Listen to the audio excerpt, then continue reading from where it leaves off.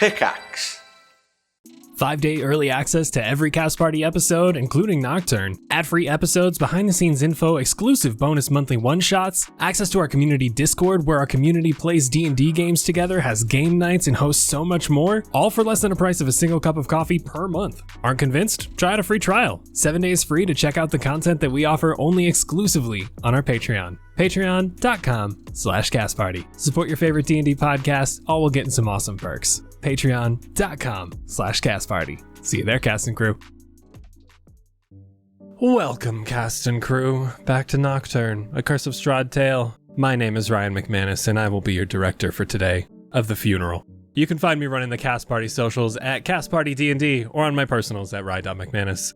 And I am joined today by my lovely cast and crew, ready to embark on this lovely feast. We have Vince. Hi, I'm Vince Perino. I'm ready to kill things today. You can find me at all my socials at Dr. Stoice. It's like Blastoise without the bleh. We have Christian. Hi, I'm Christian. I'm also ready to kill things, and so is Tannis, a chain forged in blood. And you can find me on all my socials at Captain Carlson, that's captain.carlson, or cpt.carlson, you'll find me. We have May. I'm gonna say my tagline this time because I didn't in our last session and none of you jerks pointed it out. May, don't forget your tagline. Hi, my name's May, and I'm playing Zielle. Zielle is here to slay in really just one way today. No, she's still gonna do both ways. Who am I kidding? I'm May LeFay on social media.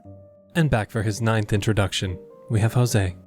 Thank you very much. My name is Jose. I will be playing as Alizzato tonight, the best beard of Velaki, and I'm fucking ready to kill some things.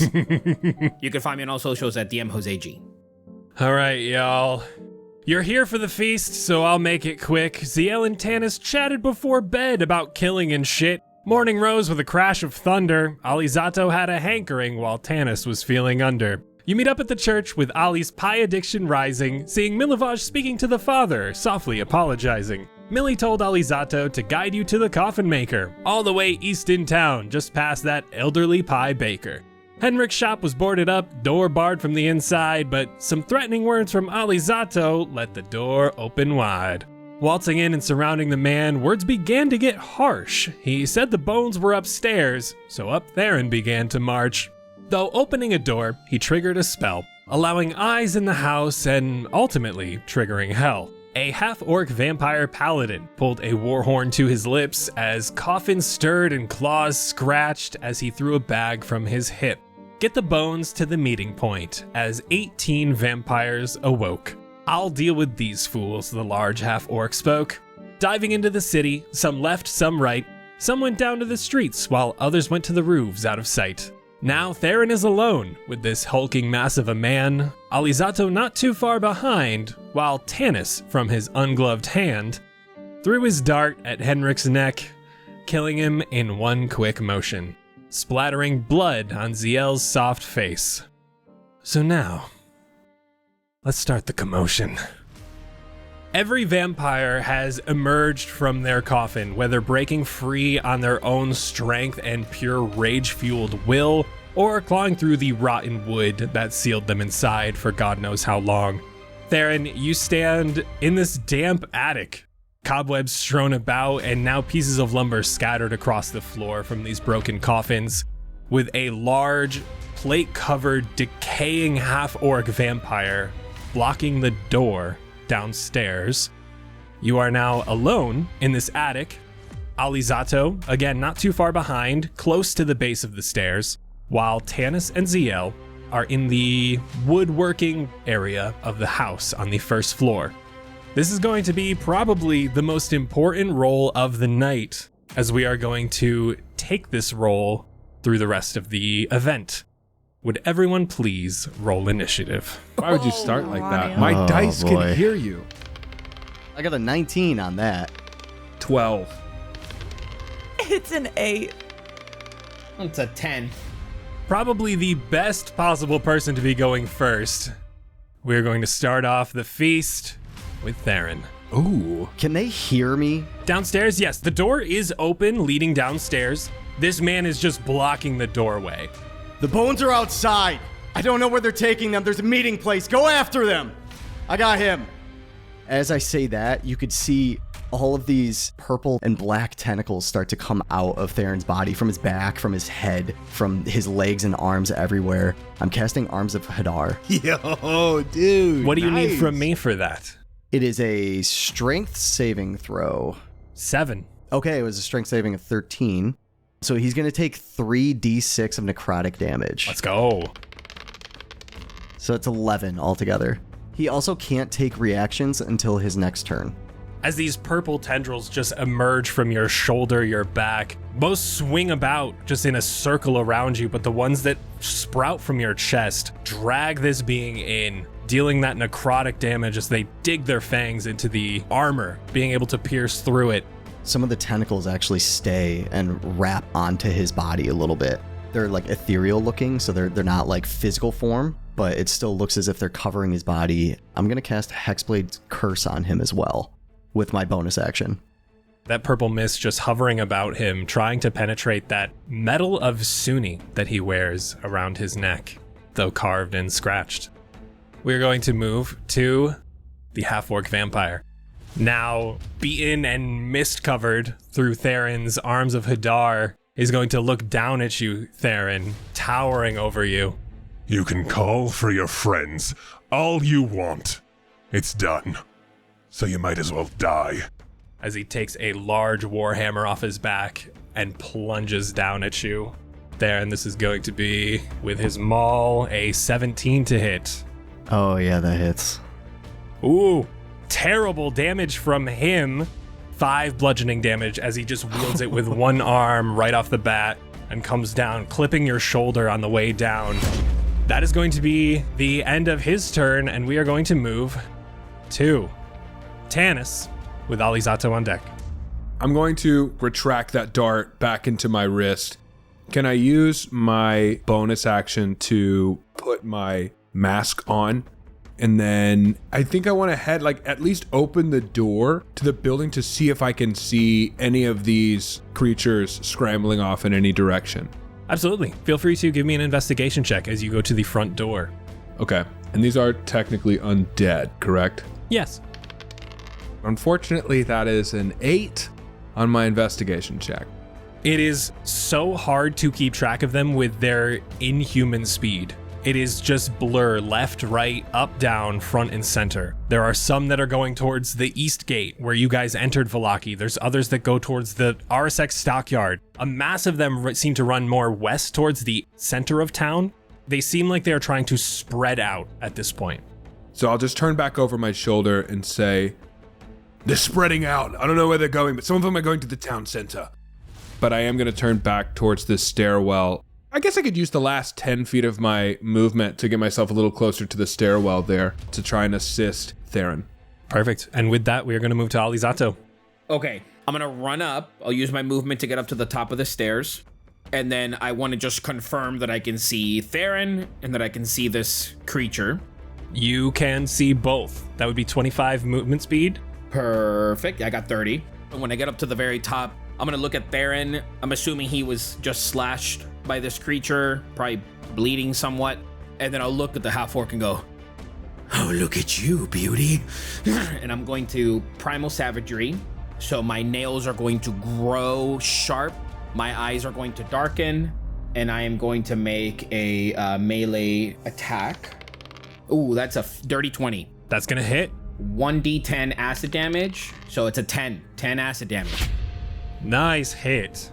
Alizzato, what's that look like as your nails come out? So my nails begin to come out and they sharpen, very unnatural like. Even my teeth begin to sharpen out and they just kind of come out like slight fangs. My eyes darken and they become pools of red. And then I just sort of take on this very frantic look in the direction of the half-orc. So that I just slash at his chest with my fingernails. And then when I come back, I crack my neck. It all shoots back to place. My fingernails come back, my jaw tightens, and my eyes stay that pool of red. And then I just go, that one's mine. He didn't expect anyone to actually come upstairs, especially after Theren projecting outward down to the first floor to leave, go find the bones. And turns out he now hears a voice over his shoulder, and as he turns, you get that scratch right across his chest plate, piercing through the rusted plate armor that has been sitting on this person for God knows how long. We're going to move to Zielle with Theren at the top of the round on deck. Strategically, I may hate what I'm about to do, but unfortunately, we min-max roleplay here. Not combat. Zielle heard Theren yell down that the bones are outside. That's what they're there for, and maybe worse, that's what Strahd is wanting. So she's gonna pursue that thread. So warm blood of this grouchy old man just splattered on her face. She's gonna take a grounding breath and turn to the door, and I'm just gonna dash.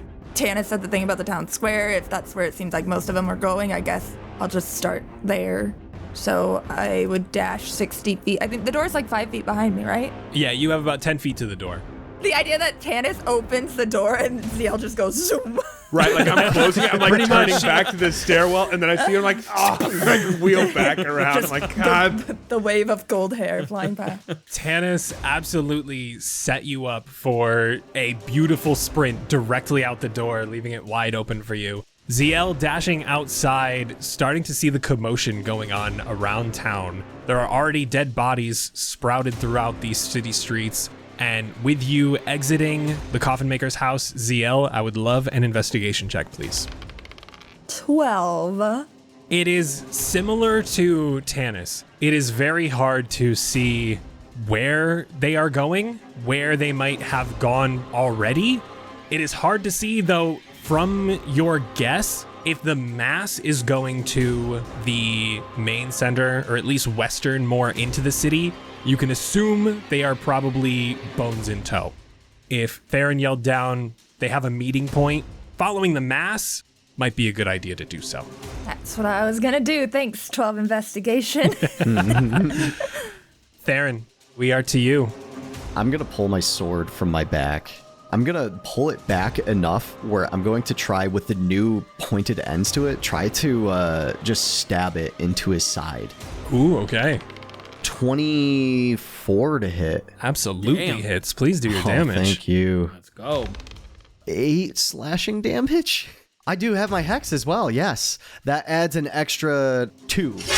Taking the hulking mass of a sword off your back, now chipped into this dual spear-like end, you're able to puncture the half-orc's plate armor. It doesn't really quite get through fully, though it dents enough to where the plate armor is now jagging into his side. It is fully dented inwards, making it a little uncomfortable as he retches from his side.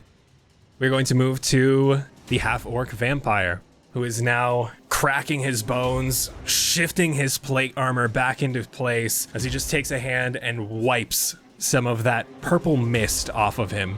As you can see, he is looking a little hardier at the start of his turn. Wait. He looks front, he looks back, and just with a hearty chuckle. I would love Alizzato and Theren to make a wisdom saving throw, please. Oh, God. Oh boy. The 12. 15. Alizzato, his back is to Theren. He has your full attention as his eyes begin to almost go back into his head, as you can still tell that he is staring at you. And he clutches that holy amulet, and that laugh just reverberates to your core, and you can't help but feel frightful of this man. You are indeed frightened by Dalarm for 1 minute. If a creature is more than 30 feet away, however, you may repeat the save at the end of your turn. So you do have to use your full movement speed to move away from him. He is now thinking that this worked entirely, as he is going to turn and make a sprint for the window. This is going to trigger an opportunity attack from Theren, so please take it if you would like. Kill him. Will you allow me to do something? Oh, God. As he shoves past me, would you allow me to swing the sword around almost like backwards and meet up with him right where the amulet is across his chest? Ooh, sure. It's 11 to hit. You try for that backhand, though the weight of the sword is sometimes a little too much, especially when you're going the opposite way, as he whiffs right by his side and is able to maneuver past you. You can see his intention is to get to the window, and that is going to be the end of his turn. We are to Tannis with Alizzato on deck. Tannis says Zielle sprint through the door that he just abandoned. I think there's like a split second decision that happens where he's like, I could head upstairs. There's 2 of them upstairs. One's Zielle. Fine. And he's going to turn on a heel. I'm going to at least sprint. Okay. All right. So Zielle has gotten farther away than I anticipated, so I will use... There wasn't space for me to go on the map. I am there. I'm like, she's so fast. I'm going to dash as well. I will bonus action, and my arm will start to glow orange as my arm and the chain within begin to heat up. Alizzato, we are to you, and you are frightened, though he has dove further into the attic. You do not have to move, technically. You are stuck in the stairwell, but you cannot enter the attic currently, though you do see Theren 5 feet ahead of you, if you would like to do anything with that. Are you looking fucking doinked, my dude? I'm looking beautiful. I'm looking mad right now that you're running away. Where are you going? I don't fucking know. I'm gonna hold on to the door, but I'm just kind of like looking at you there, and I'm like, this fucking thing has had a hold on me. And then I'm gonna unleash my arm out, and I'm gonna cast Entangle at first level. Ooh, okay. So I need a strength saving throw. That is a 19. Ah, damn it. The coffins around are causing too much rubble. Just the debris from these shattered, rotted coffins are enough to get in the way of those roots that are coming from the floorboards, just trying to get a hold of this guy's ankles, though he is able to scoot around it. For my movement then, I'll look at Theren and I'll go, you fucking got this, I believe in you! And then I'm gonna run down the stairs. I like how 2 of us went to help you, Theren, and both of us have abandoned you pretty much immediately. We're like, yeah, you know what, actually. Wait, you guys see how good Theren's doing? Theren's doing He did fine. say, I got this one. Alizzato, you are able to get to the front door, and you can see Tannis and Zielle some 30 to 40 feet outside in the middle of the streets, currently just taking in their surroundings. As we are going to move to Zielle, you can already hear, just stepping foot outside, the announcement of church bells, warning bells from the city as buildings begin to slowly start catching fire. Bodies lining the streets as screams can be heard throughout. We are going to move early, because you all went outside, to the event. Oh no. Oh no. This is the Feast of St. Andrel. We triggered the cutscene. There are special conditions for the Feast of St. Andrel. You guys are going to have a communal pool of 12 time units. Vallaki is currently split into 7 districts. Traveling in between adjacent districts costs you 1 time unit. You may opt to split up, which will allow you to accomplish more throughout the city during the feast at the cost of significant risk. There are going to be events and scenarios throughout the city that are going to cost you anywhere from 1 to 2 time units, so you must choose carefully. Casualties will be rolled and tracked with each time counter spent. Vallaki holds roughly 1,500 citizens. There's going to be X D4 casualties, where X equals each vampire spawn still alive at the end of each time unit. Beginning at the eastern edge of Vallaki, where you all currently reside at the Coffin Makers, the 7 districts include the Slums, which holds St. Andrew's Orphanage and Vallaki's poorer citizens. South of that is the Eastgate district, holding the Arasek Stockyard and the East Gate where you all entered Vallaki. Moving west into the city, it is cut in half, the top portion being the Noble District, where Wachter House resides, the bottom being the Town Square District, holding the Town Square and Vallaki's plethora of shops, including Blinsky's Toys, the Beast Rose, and more. Moving further west, deeper into the city, cut in half again, we have Traveler's Lane as the top portion, which holds the Blue Water Inn, your residence for the time in Vallaki, and the Baron's District beneath it, holding the Baron's Manor. And last but certainly not least, at the far west end of Vallaki, we have the Morning Lord District, which holds St. Andrew's Church. I would like you all to know, and Tannis and Zielle, you got a freebie on this one because I forgot about it. It is currently storming out. Every investigation and perception check made outside is made with a -5 roll. Whoa. I hate that. You are going to get the early info, and I'm going to give you one option from the district that you are currently in to not count towards a time unit because you guys got outside so quickly. So, Zielle. In these slums, like I said, is the orphanage, as well as the poorer citizens of Vallaki.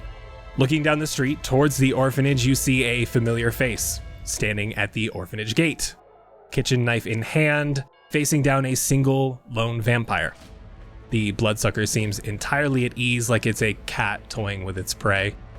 Vanda stands bravely as a barrier between the monster and the orphanage. However, she is in no state to be fighting. She's already bleeding from 2 gash wounds across her chest, and nothing save from raw fury, determination, and ferocity is keeping her from collapsing.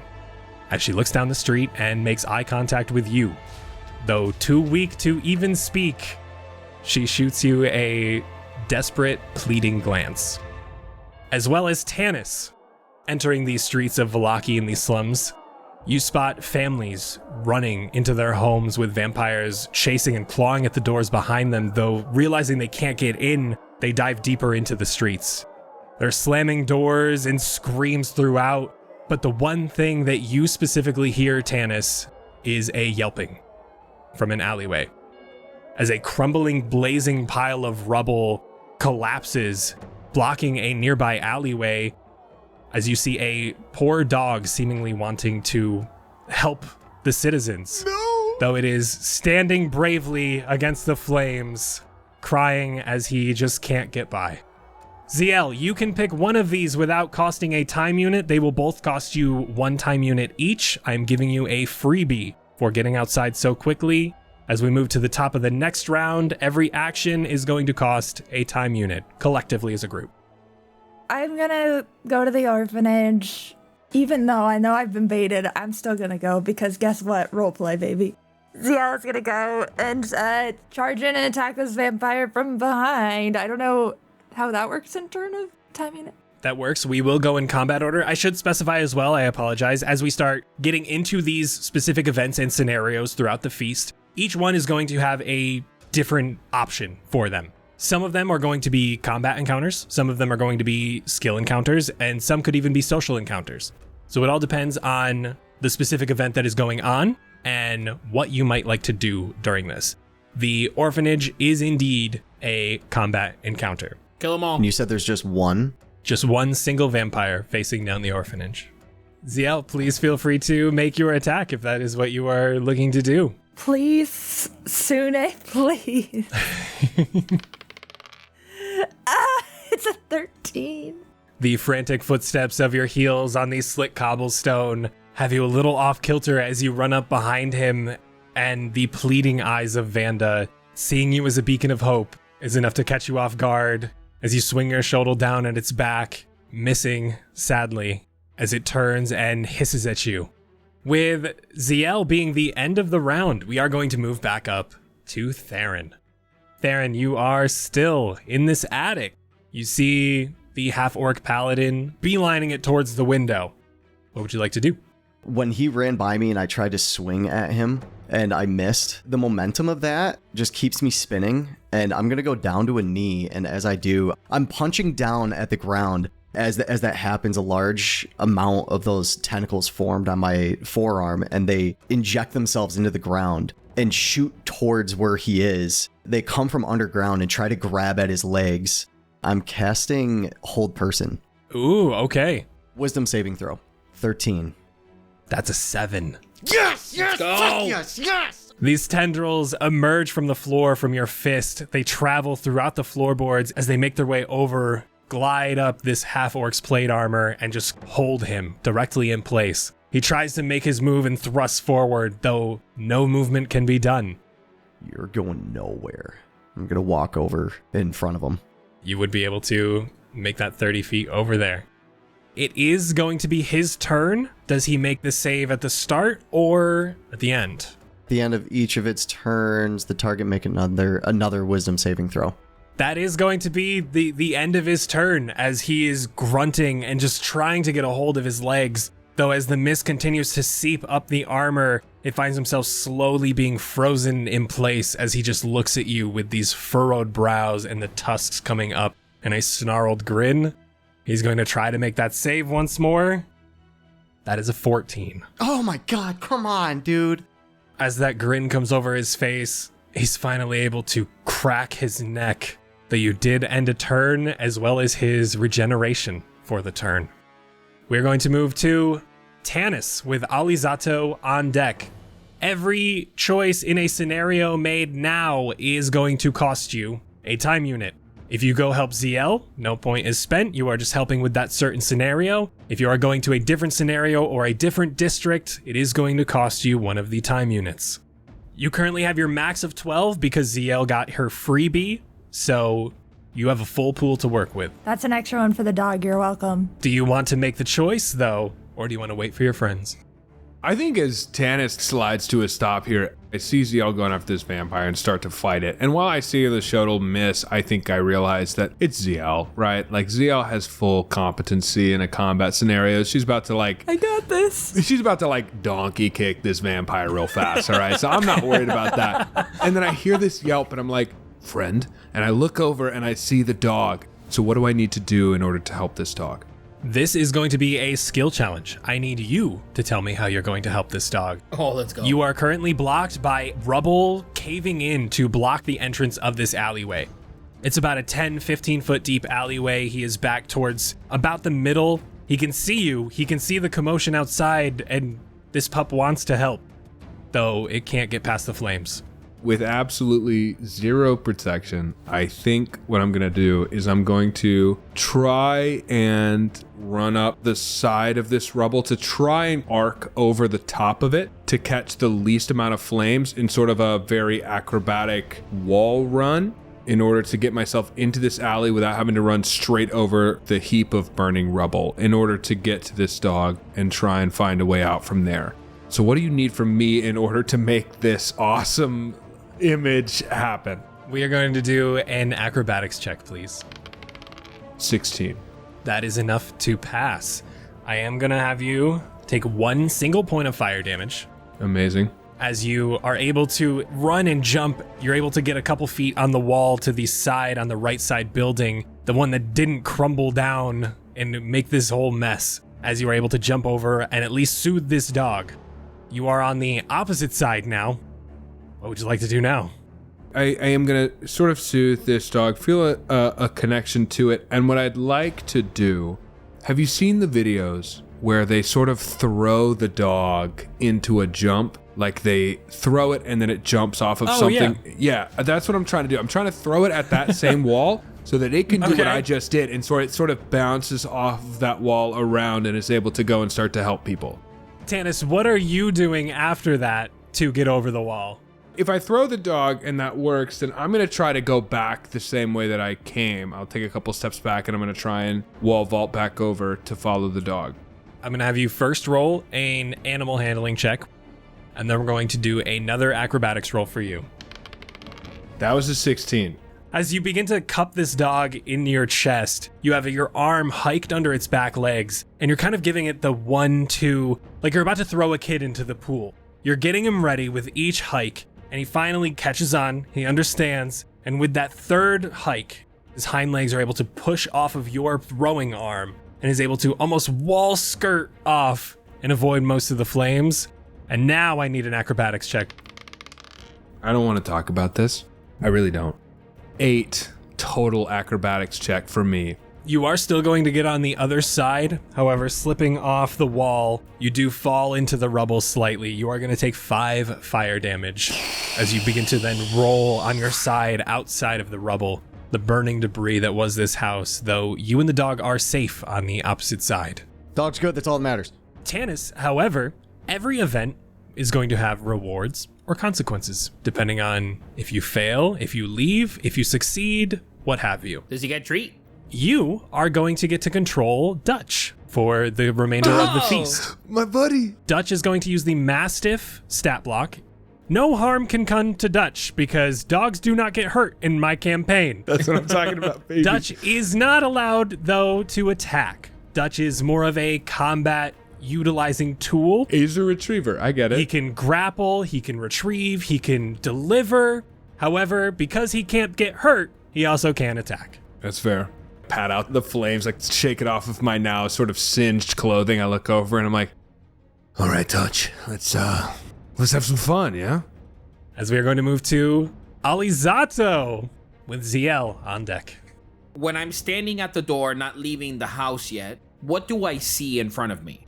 You see Zielle run off towards the orphanage, and you see a vampire facing down a small, young, sickly-looking orphan girl with Zielle running up behind her. Tannis has just run off, and you see him emerge from a fiery rubble. Alizzato, if you would like, I would love an investigation check from you to see if you can see something from a neighboring district for free. 13.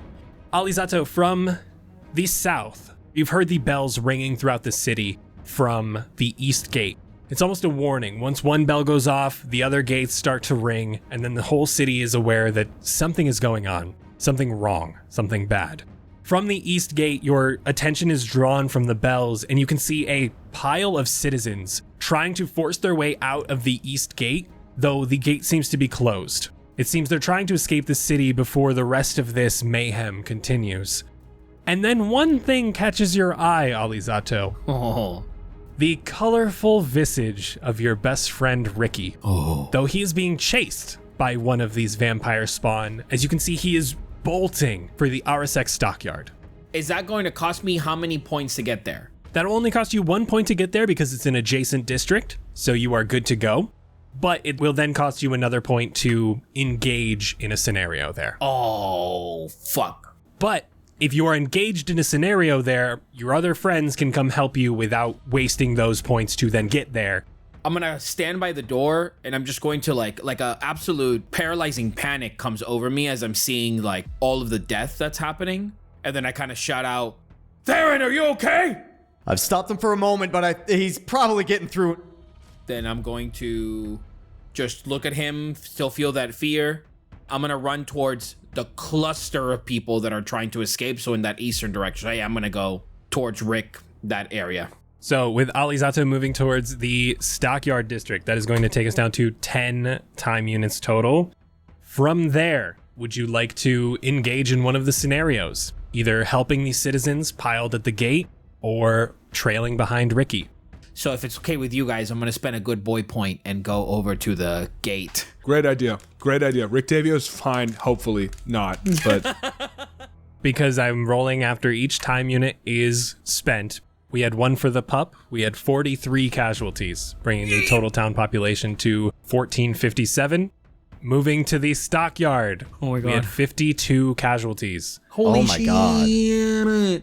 In the third time unit, we had 49 casualties. So, Alizzato, we are going to move to the Stockyard and Eastgate district. Running towards the Eastgate, you see a panic of a mass of citizens. There are guards on top ringing the bell, though they do not care about the gate below. You are faced with a crowd of some 40 to 50 people. You see the gate is permanently closed currently, though being from Vallaki and coming in and out of the gate each day, you know that there is a lock on the lever up by the front, though no one can seem to at least get to the lock, or they're either too panicked and just trying to push their way through the door. I need to know how you are getting through this crowd of people.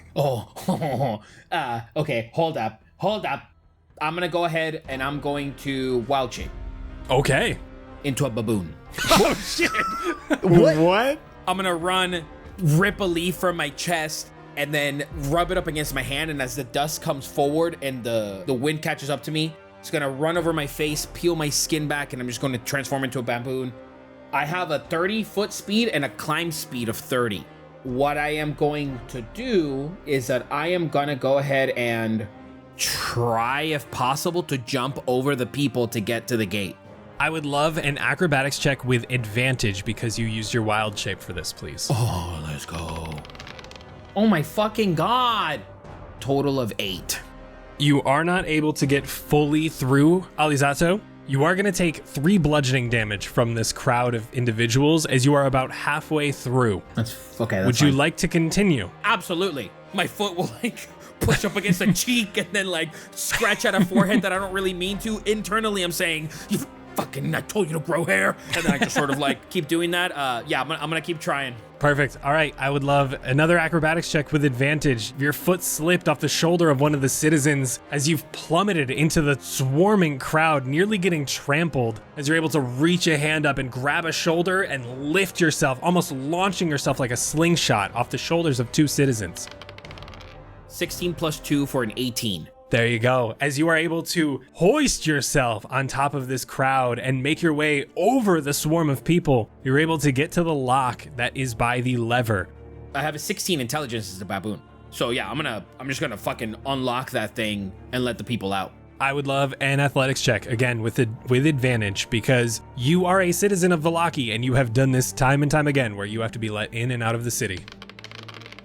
Oh, let's fucking go natural 20. Atta boy! This was a DC 20 as well, by the way. Whoa! That's so rude. You're able to flip this lock, knowing time and time again you have gone in and out of the city just to get to your home. You're able to hit that lock and finally grab that lever, and with your entire baboon body, use your body weight to hoist it down. As the lever goes down, the gates begin to open as the swarm of people just begin to rush out into the wilderness that is the outskirts of Vallaki. The reward, Alizzato, for this, the kills for the vampires, are lowered because you have an exit for the citizens to go and be safe. It is going to go from a 1d4 to a 1d3. Ooh. Alizzato, with the east gate wide open, and you in your baboon form. Red fur, fucking screeching like an absolute maniac. Some are more scared of you than they are the vampires as they book it out this gate. Even better. As we are going to move to Zielle. All right, me and Theren get a few rounds to like kill these guys now, right? You do. I'm gonna give both of you 2 rounds of combat because we've been doing a couple things.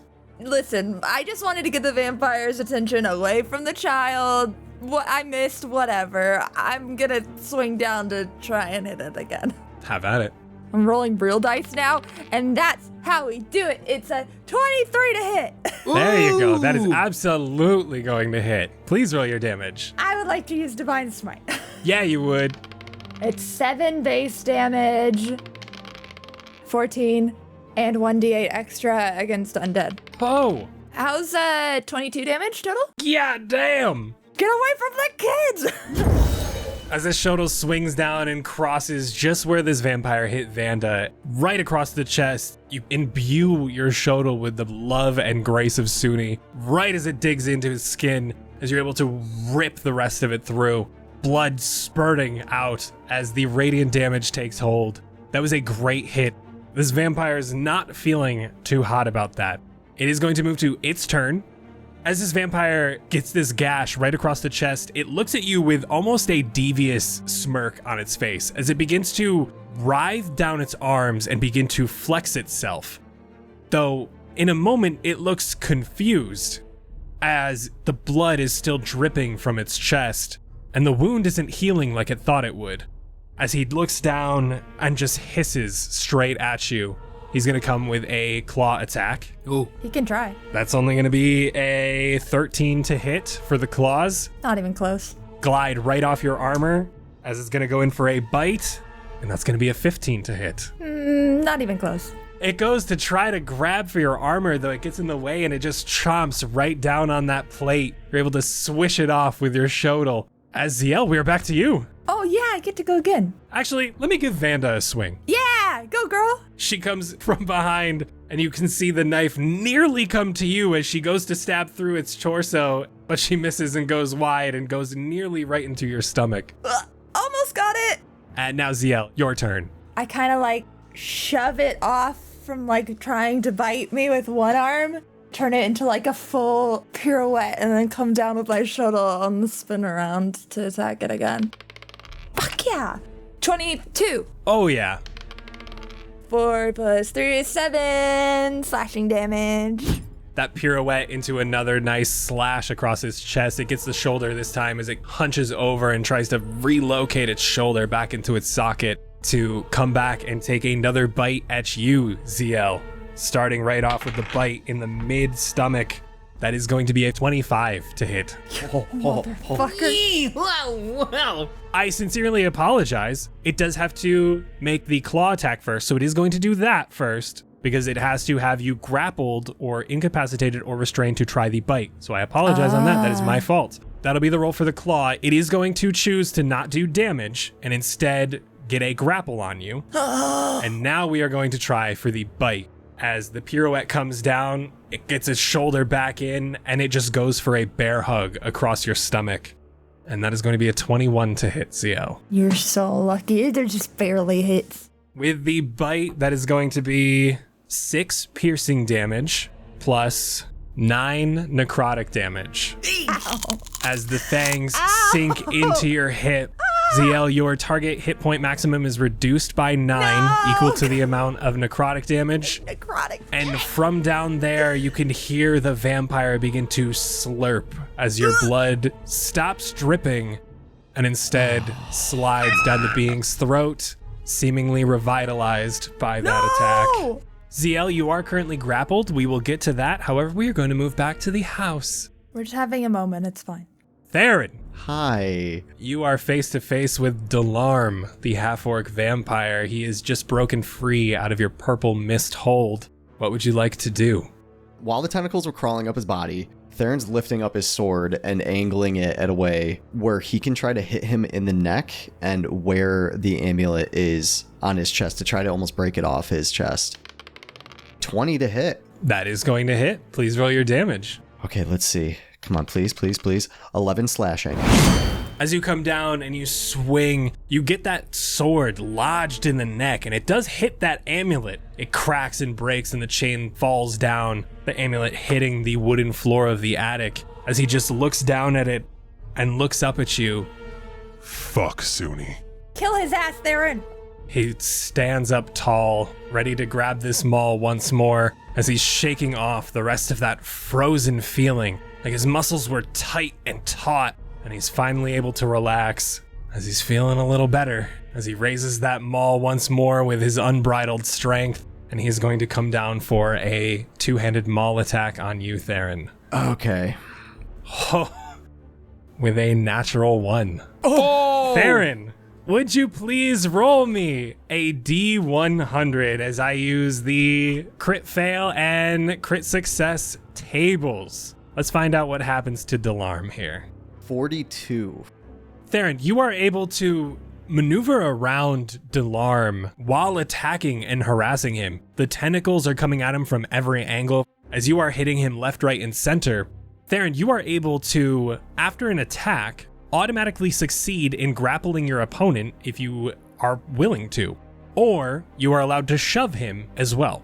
Your choice. Let's go. It does have to be after your attack, so we'll get to your hit now. This was just his nat 1 attack, so he missed his attack on you. That is nearly going to be the end of his turn, though he is going to try to make a run for the door. I am not going to allow him to get out of the door, out of the window, because of the nat 1. You are going to get an opportunity attack, so please take that if you would like, and then it is going to be your turn. Fucking go. 8. That is going to miss, just swing and a miss as he runs right past you. Could read this guy like a book up until he jukes you left and then goes right and tries jumping over one of these boxes that are left in this attic, and is just able to swish you as you come crashing through that box with your sword instead. And Theren, it is your turn. We're going to do one more round in the house. Has he made his way to the window? He is right by the window currently, yes. With him going towards the window, I'm gonna start sprinting towards him and throw my sword on my back. I'm gonna tackle him out of the window. Fucking go. Okay. Theren, give me an unarmed strike. I will give you a +5 because you're supposed to be able to automatically grapple him if you succeed on an attack. So this feels like a good bonus because it's kind of the attack as well. So I'll give you a +5 to your roll that you do to make this attack. So it's 12 plus 2, and then plus a 5. That is going to be enough. Ooh. Tannis, you are only 2-3 houses down. As you emerge from this fiery rubble, dog in tow, you hear as Theren, running from the attic, grapples this man and plunges out the window. You are both going to be taking 8 bludgeoning damage from the fall. It looked cool though. He will be knocked prone. I will let you use the rest of your movement to get up if you would like to do so. I will stand up. Theren, and you now see the commotion around you, buildings ablaze, citizens dead on the ground, some vampires even still drinking from the neck of these unconscious citizens that line the streets. You see Alizzato. No, you don't. You see a baboon Wrecking fucking shop. as citizens emerge from the east gate out into the wilds. Tannis is clutching a dog, wiping the scars and the ash off the dog, as Zielle is face to face with a vampire. We are going to give the Orc Paladin one more turn, and then we are going to move to Tannis, as he's going to use half his movement to stand up, and seeing the carnage around him, This is what we wanted. he's going to take that maul right off the floor and bring it up over his head and come swinging down at you, Theren. Oh, a 12. No. It's going to come down and just chip off the pavement, rocks scattering and dirt going everywhere as he tries to hoist it and lift it back up for another swing. From there, with the tussle between the half-orc and Theren, we are going to move to Tannis. The feast is yours. What would you like to do?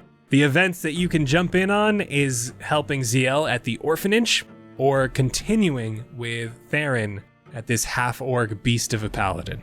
So the dog moves on my initiative. Correct. It'll share an initiative with you, and he can help you as you see fit. Pet Dutch, and then I'll look and see what's happening with Zielle. Go help her. Move him in the direction of that vampire, hoping that Dutch will try to tackle this vampire off of Zielle and get her out of this grapple. I then am going to turn in the opposite direction and try to help Theren by attacking this orc. We are going to run Dutch first. Let's see what Dutch can do. Can you just roll a main, I think it's a main bite attack that he does. 10. Dutch sadly cannot do anything about the grapple that is currently going on with Zielle. He comes up and he starts biting at the ankles, though cannot seem to get the strength to pull this vampire off of Zielle. And Tannis, we're to you. I am going to eject this chain blade. I'm going to try and run close enough that I can throw it. Does a 16 hit? It sadly misses, Tannis. Coming into the commotion, you see these two beings fall from the window. You send Dutch to help Zielle, and in a hurried motion, you just throw your dart to the opposite side in the direction of Theren and this massive beast, though it chips right off this beast's plate armor. As all of this overstimulation is happening, buildings are burning, there's smells that are happening, a dog is trying to attack a vampire that's drinking the blood of the person that I love the most. My friend is being beaten to death by an orc vampire. I don't know where Alizzato is. There's a baboon attacking the gate. There's a lot happening, and I think it's all sort of just starting to set in. My brain is losing its grip on what is Tannis and what is this other thing that lives within Tannis. So I think that as I'm standing there, as I whip this chain dart back trying to help Theren and it misses, as it's coming back, these claws start to rip their way out of my hand. And there's a moment of panic for Tannis as that happens, as he feels this primal urge start to take over, blood sort of to pump faster. He feels his teeth sort of start to painfully change shape, these fangs sort of starting to rip out as this chaos and adrenaline begins to turn him into something else. So I think that for the last thing that Tannis will do, you probably would hear muffled grunts and stifled screams as his body reshapes itself into something much, much different. I will use my hybrid transformation as he becomes this new thing. The final image in his mind is of the face of an old friend, his dire wolf, Zeus, who is looking down on him in his memory. And then he comes back to, with a sharpened focus, hearing much better, a little taller, and in a completely new stance. Just giving into that primal ferocity. You become this heightened version of yourself, one that you have been afraid of for a very long time. Though in the moment, it feels right to give in, as maybe it can do some good and help your friends. As we are going to move to Alizzato. I guess in my baboon state, I'm just gonna. I'm just like looking at all my options. And then I'll just kind of, my mouth will open, revealing my fangs, and I'm just gonna, and I'm gonna run in the direction of Zielle. I am going to let you engage in combat, so you will have a turn as a baboon running towards Zielle and helping her with the vampire. She is currently being grappled by the vampire. The dog is biting at the ankle. What would you like to do to engage in this? After this, we are going to continue, seeing as everyone is engaged in combat. We're going to go one by one through initiative order. What does a vampire look like? Does it look like a beefy guy? He's a very spindly one, very skeletal. Then yeah, I'll keep my baboon form, and then I'm gonna jump on its face, and then I'm gonna bite it. Hell yeah. Give me an attack roll. Ooh, that's a 16. That is going to hit. Please do damage. This is a weird, almost human centipede of bites going on. Ew. Why? That just got so much Why worse. would you ever? Why would you ever? So it's a 1d4 minus 1, so it's a 0. I rolled a 1. I won't let you do 0 damage. I'll at least let you have the 1 damage. That's Okay, weird. Yeah, that is kind of weird, right? Thank you. I'll take the 1. I am going directly for the cheek, face, eye area right over here. So this vampire is currently teeth sunk into Zielle's hip. Zielle, you look down and all of a sudden a baboon rampaging through comes in and bites the face that is biting you. This vampire is going to succeed and continue grappling you.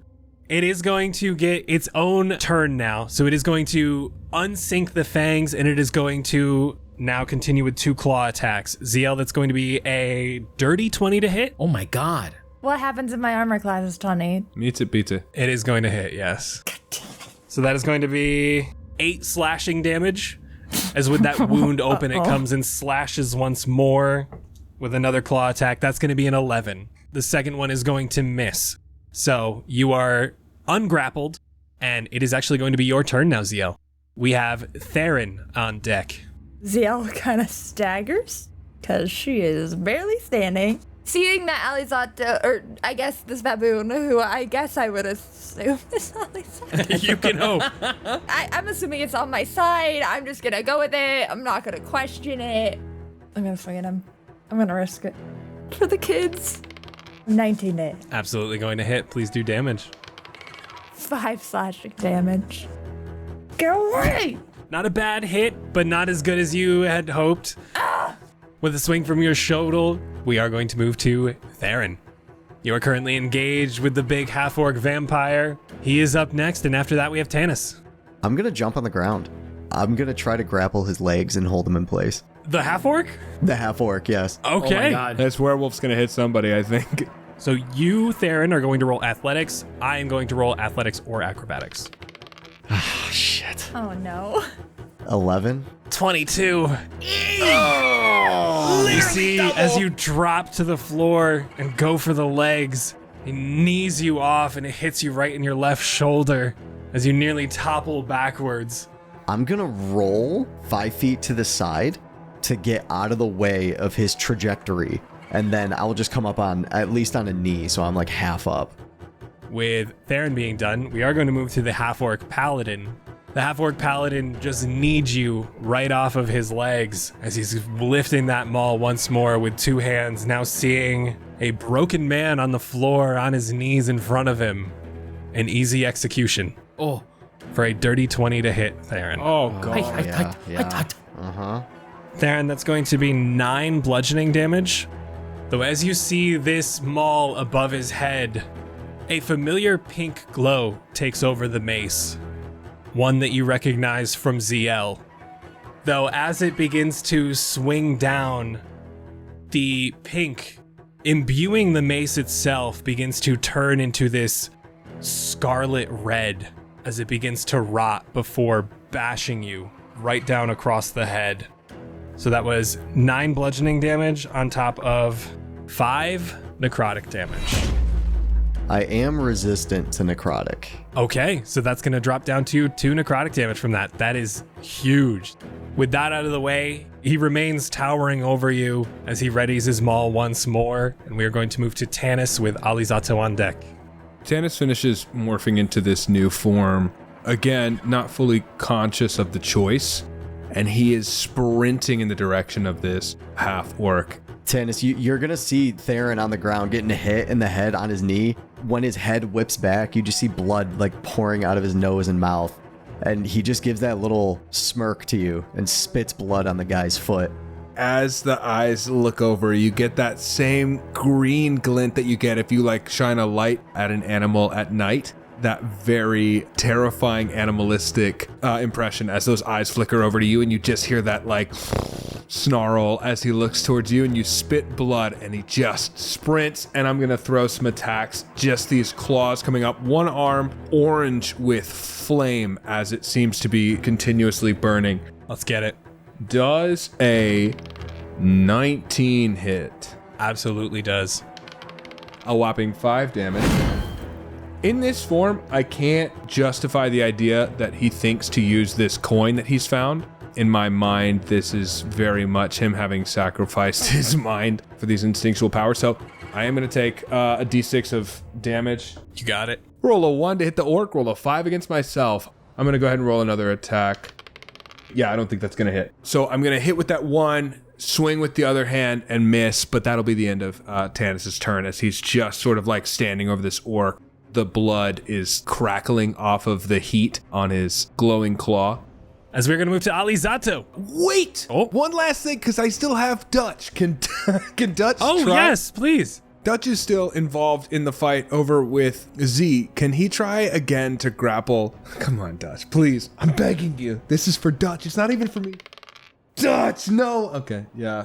It doesn't work. Dutch is still trying and absolutely failing. Poor buddy. He's trying. He is nibbling at that ankle, though it probably doesn't taste too good, which is why he can't hang on for long.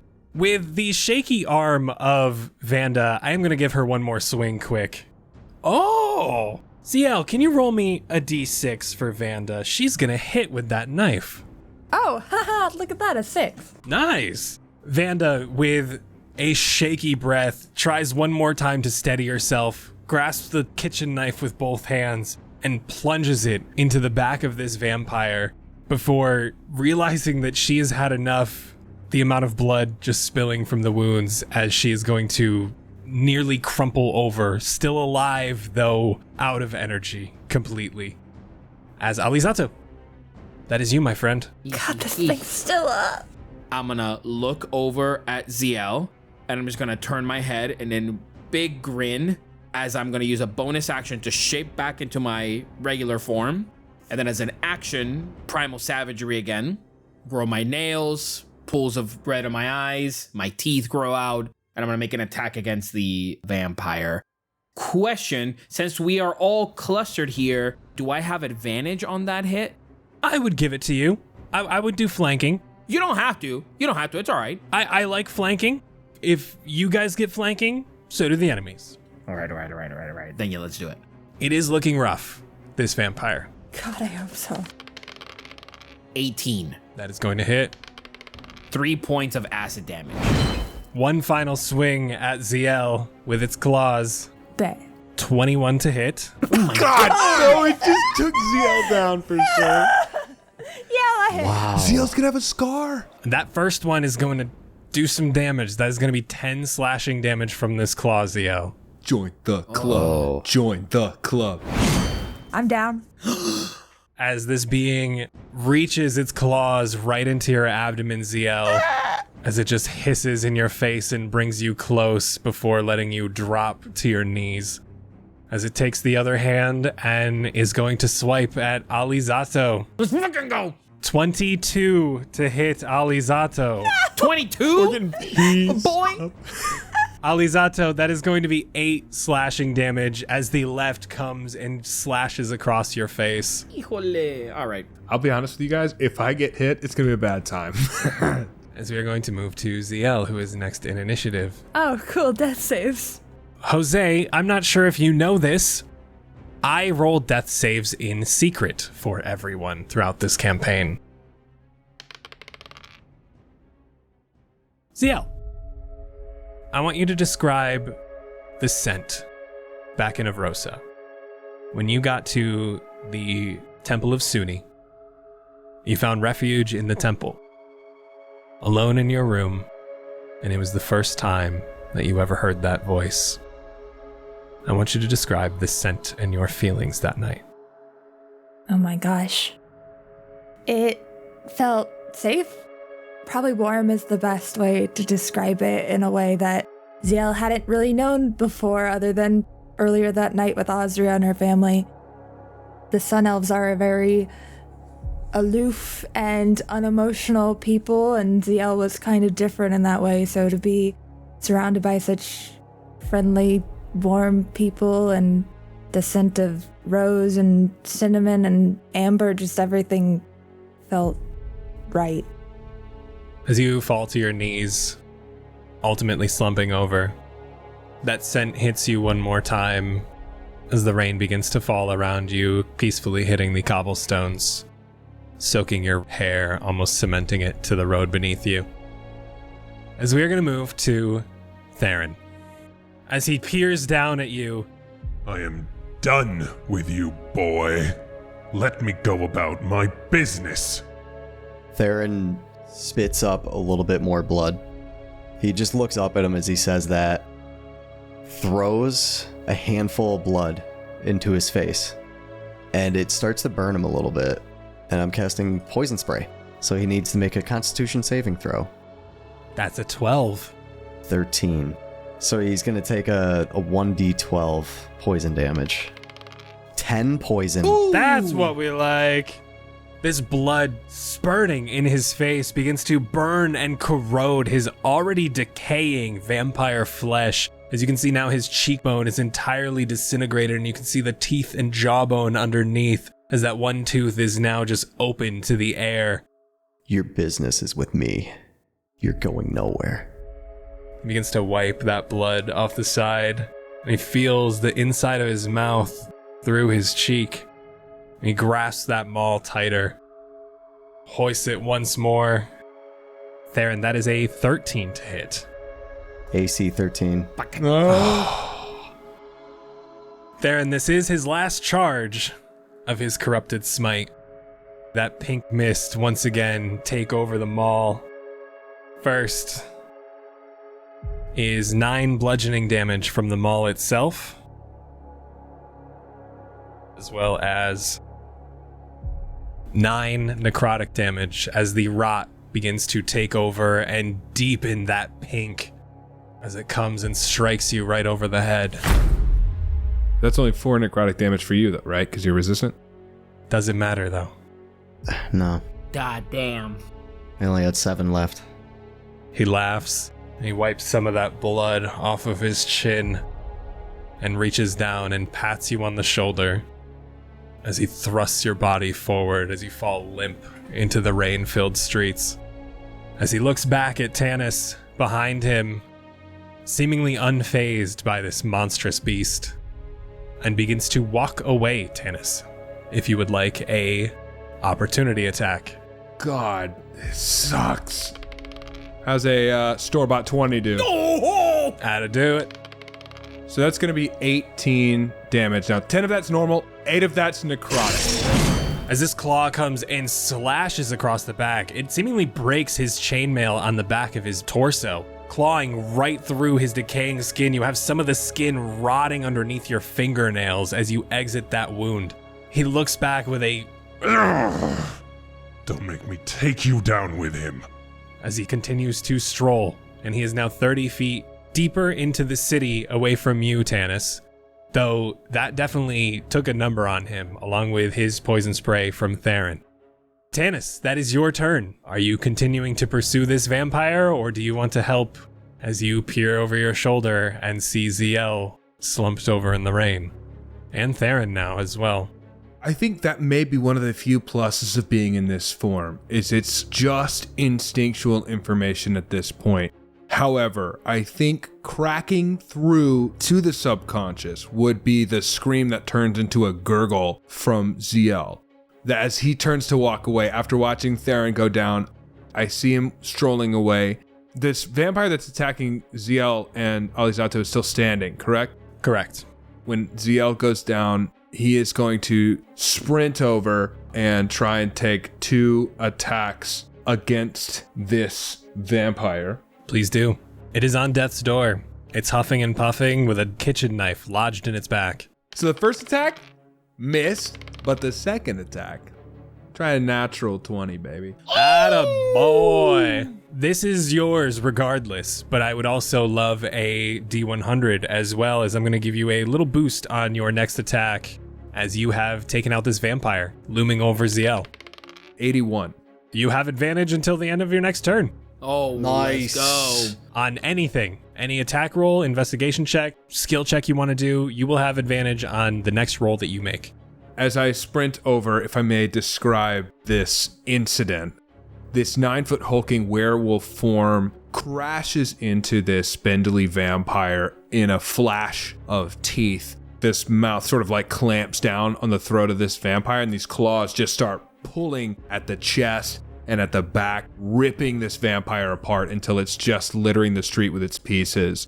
There is just this like constant growl happening. Turns to look to you, Alizzato, for a moment. And again, you just get that predatory gaze, and I think for a moment there's like a recognition of that animalistic instinct. And then I turn to Zielle, but I think there is an understanding, even in, again, this very instinctual form, that I don't think there's anything I can really do. But I think that I do look to Zielle and then look back up to Alizzato as he sort of like crouches in a very protective stance over Zielle, as if to like be like, you have to do something. That will be the end of my turn. I apologize. I meant to do this at the top of the round because there was no kills at the top of the round. That is going to be another time unit spent. We are now at 8 total with only 32 casualties. However, there is a kill now during this round, so no other time units will be spent during this combat. We are, however, going to move to Alizzato. You are up. Meeting Tannis and that same animalistic, but then see him kind of crouch down over Zielle. I don't. I'm still very much in it. So my eyes shoot to red and I look at you and I go, I got them both. Go fucking hunt. And I'm going to cast Cure Wounds at 2nd level on Zielle. And then I'm going to move towards Theren. That is going to be 15 points of healing. Thank you. Alizzato, what does your healing magic look like? When I say that to Tannis, I take out 2 leaves from my chest, 1 green and 1 red, and I crumple them. But then I run my finger through the black soot that is essentially now looking like ink. And I go up to Zielle. I guess in Druidic, I begin to say, the light does not claim you. You are above the land. You will remain above, and you will endure. And then I will crush the leaves on top of her. You watch as the ink and the leaves sort of like engulf her forehead and then begin to run down her entire body. Zielle likes smelling salts.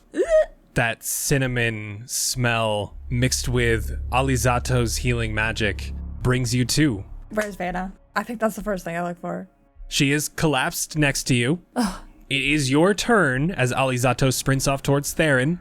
And if you would like to stabilize her, you can. She does look like she is unconscious. I, having just passed out, am a little concerned now for the rest of our day. I would like to, before I even get up, just like kind of crawl over and just lay a hand on her arm and heal her for, I'm just going to heal her for 1 hit point. I just want to get her back up. She is now stable thanks to Suni's magic. After fighting so bravely trying to defend the orphanage, she looks up at you. I knew you'd come. Get inside. Take care of the others. If all clears up, then there might be a way to escape to the gate, but just batten down. We're going to try and take care of this. Please be safe. You be safer. She grabs the kitchen knife from this dead carcass, at least what's left of it after Tannis, pulls it out and runs back to the door.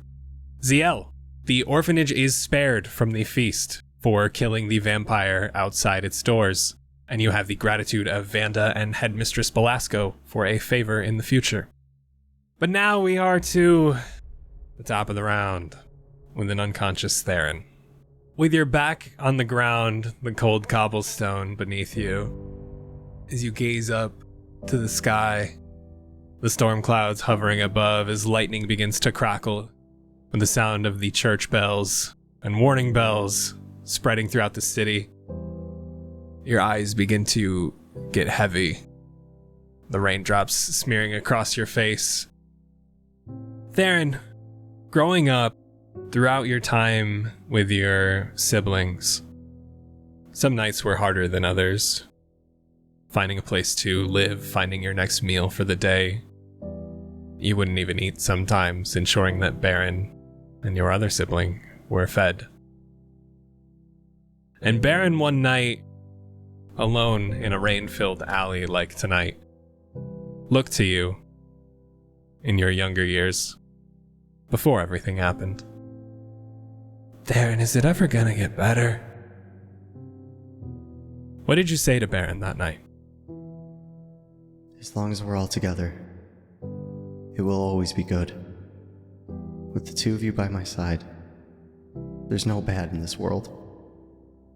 We'll always have one another. So don't worry. I have you. Your arm is outstretched, still clutching that sword, for dear life, knowing that it never once leaves your side, as your eyes begin to close. Tannis, the half-orc paladin vampire, is gone. He has led himself deeper into the city. The events in the slums and the Eastgate district are complete, aside from Rictavio. I cannot stress enough how little I care to save Rictavio, especially in werewolf form. That is your choice to make. You are able to, from the stockyard, you are able to go towards the town square, or you can maneuver through the slums and get to the noble district with one time unit. Both will cost you 1, and I can describe what you might see from the town square, though the noble district is a little too far away for you to be able to see from here. The only thing that you know is Wachter House resides in the noble district. If you think that would be beneficial to you, if you would like, you can do an investigation check to see the town square from here. It is your call. Can I try to track this half-orc? Having attacked him, I know he's sent, and he's undead, which is something that stands out to me. Can I try to track where he's gone? Absolutely. The one order that I've gotten so far was hunt, and I think that's the first thing that probably comes to mind. Yes, let's do an investigation check with advantage. You have his scent and you have his blood. Let's fucking go. 13. You know him to be close. You can tell he did move districts at this point. You just know that he went west. I'm just gonna try my best to follow. Can Dutch also help me try to track this orc since he's no longer tied up trying? Like, right? Like, since I can kind of communicate with her, we're canines together. Yeah, absolutely. Let's do an investigation check from Dutch. He did not engage with the half-orc vampire paladin, so I will not give Dutch advantage. They do technically have advantage anyway on checks that rely on hearing or smell. Beautiful. Do it up. It's a 13 and a 12, so it'll be a 14 total for Dutch. With you at least pointing him west, I will say that with Dutch following up on a higher investigation check than you rolled, you can tell that the half-orc paladin, the blood trail, the scent itself is leading you to the town square. Oh, great. I am going to then glance at Zielle, who is healing this orphan. I'll glance at Alizzato, and it's just gone to the town center. Me and Dutch just bolting off. One of us 9 feet, the other one is a regular dog, but both of us with a heart of gold, maybe. But I'll go ahead and eat that time unit to make it to the town square and start immediately trying to narrow down the location of this half-orc vampire. We have 1 time unit being spent to move to the town square district. You are at a total of 7. We have a casualty of 32 yet again, bringing the total civilians still alive to 1,289. Guys, we've lost almost 300 civilians. There is now 1 dead, so that is helping. Yeah, only 17 vampires to go. Alizzato, we are to you, my friend. I am going to go 2nd level cure wounds on the boy. Same, crumple the leaves, hesitate, and then I place my thumb on his forehead. Let them guide you back to me. That is 11 points of healing. Theren, the earth beneath you almost begins to rumble, as if an entire army was marching around you. As the air begins to fill your lungs once more, your eyes open, and that cascade of rain What once felt like doom is now refreshing as you find yourself coming to, standing up to join Alizzato in the fight. I think I am going to look at Theren when he gets up and his eyes look at me, and I'm just going to go, find us. And I'm just going to book it behind Tannis. Zielle, we are to you. Yeah. I wish I had time to sit and sigh and dissociate, but I don't. As soon as I see Vanda get back up to safety, I will pull myself up.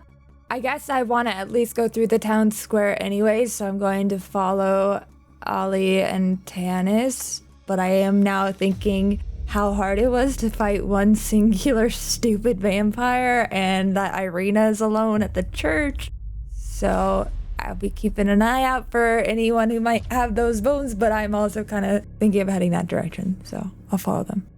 Zielle, when you get into the town square, because this is your initiative, I will begin the choices of the current events with you.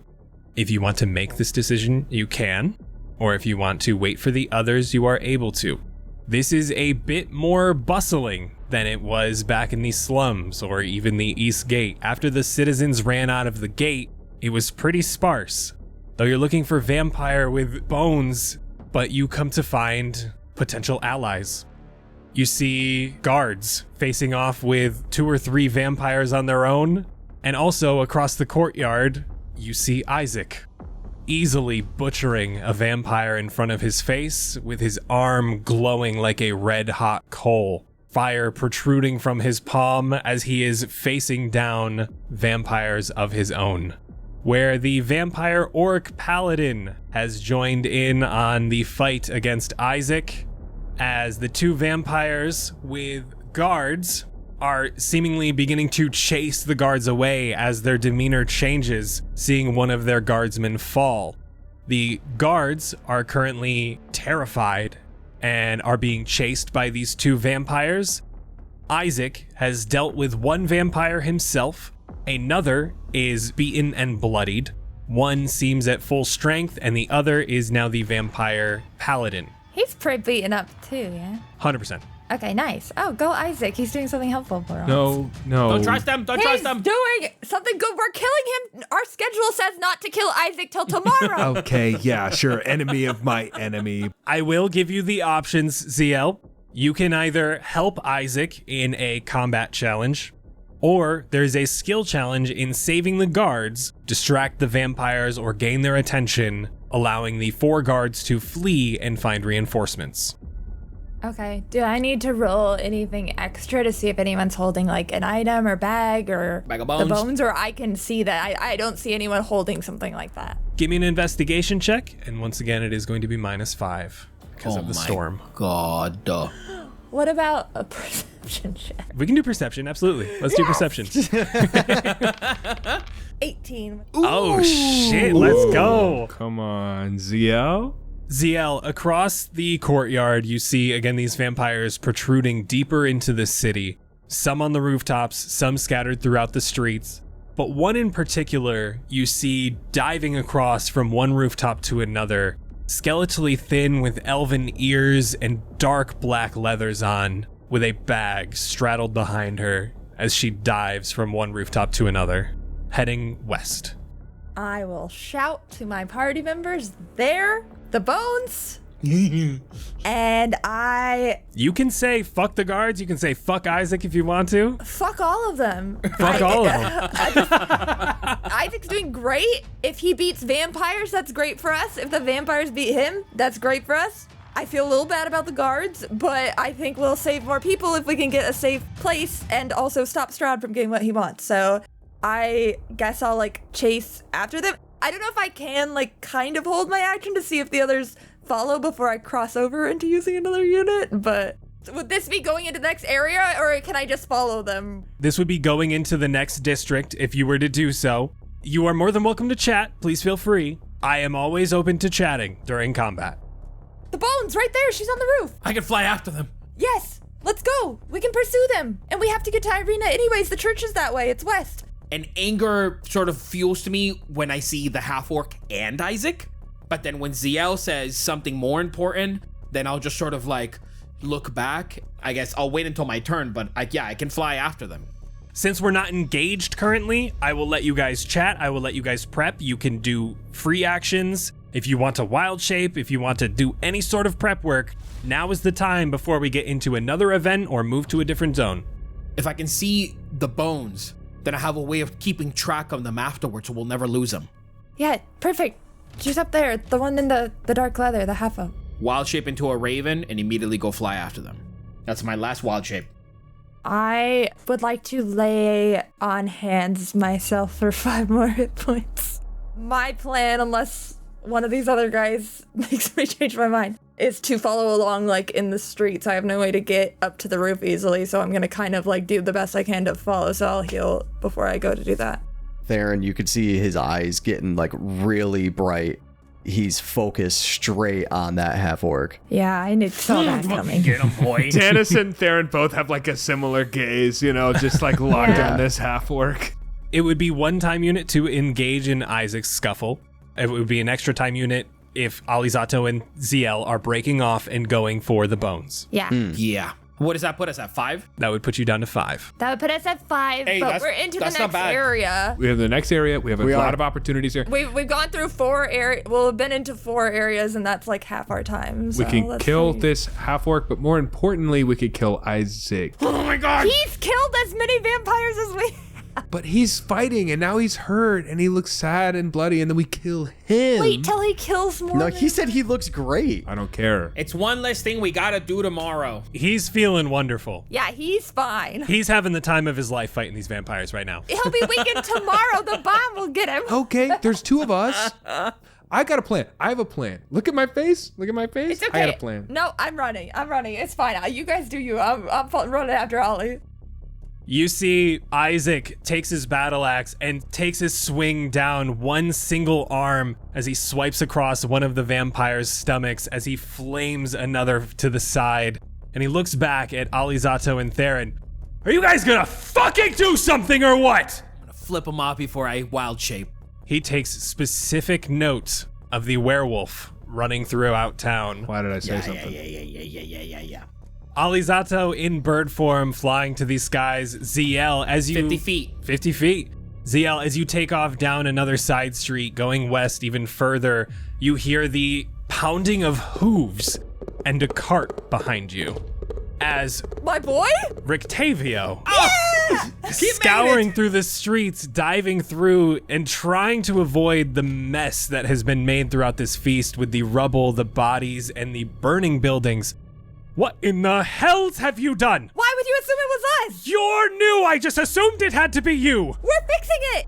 Good luck. I hope you do, because I have to get out of here. I am not dying here. I am not dying now. Why don't you let your thing out? It can fight. How did you know about Ramses? Don't worry about it. Ramses is not to die here. I have plans for Ramses. I have plans for myself. I had plans for you all, but you had to go and get this mess going, didn't you? I am going to my tower, north of here. Find me after. Take this. And he throws you a sack. Oh, can I look while I'm like running? You absolutely can, Zielle. Opening this bag as you're booking it through the streets, it does seemingly halt you in your steps as you see a platinum amulet shaped like the sun with a large crystal embedded in its center. This is a holy symbol that has 10 charges of the following properties. It regains 1d6 plus 4 charges daily at dawn. This has Hold Vampires. As an action, you can expend 1 charge and present the holy symbol to make it flare with holy power. Vampires and vampires spawn within 30 feet of the holy symbol when it flares must make a wisdom saving throw. On a failed save, target is paralyzed for 1 minute. It can repeat the saving throw at the end of each of its turn to end the effect. It also has the property of sunlight. As an action, you can expend 5 of the charges while presenting the holy symbol to make it shed bright light in a 30-foot radius, dim light an additional 30 feet. The light is sunlight and lasts for 10 minutes or until you end the effect. Zielle, I need a history check or straight intelligence roll from you. Surely this is the Morning Lord symbol, right? Don't even worry about that roll. You got it right on the money. Oh, This symbol rings true in your mind as Madame Ava's voice comes back to you once more. Wait, I know. A powerful force of God and protection, the man with the carnival wagon, which I am seeing now for the first time as it goes away into the distance. Oh. You now have the Morning Lord symbol. And for today, that's a wrap. Wow. Wow. Oh my God. Ryan, good job. I am nervous. Thank you all for listening. I will let you know that we are down to 5 time units as we engage with Isaac and move to the Barons district with Alizzato and Zielle. Tannis in werewolf form and Theren are engaging with Isaac and his vampire paladin. Fuck this guy. We are down to total number of Valachians left, 1,232. I want to properly thank you all for, 1, staying alive, even though you split the fuck up. But also, I also want to thank you for hanging in there with me. I have never run something of this scale before, or an event like this.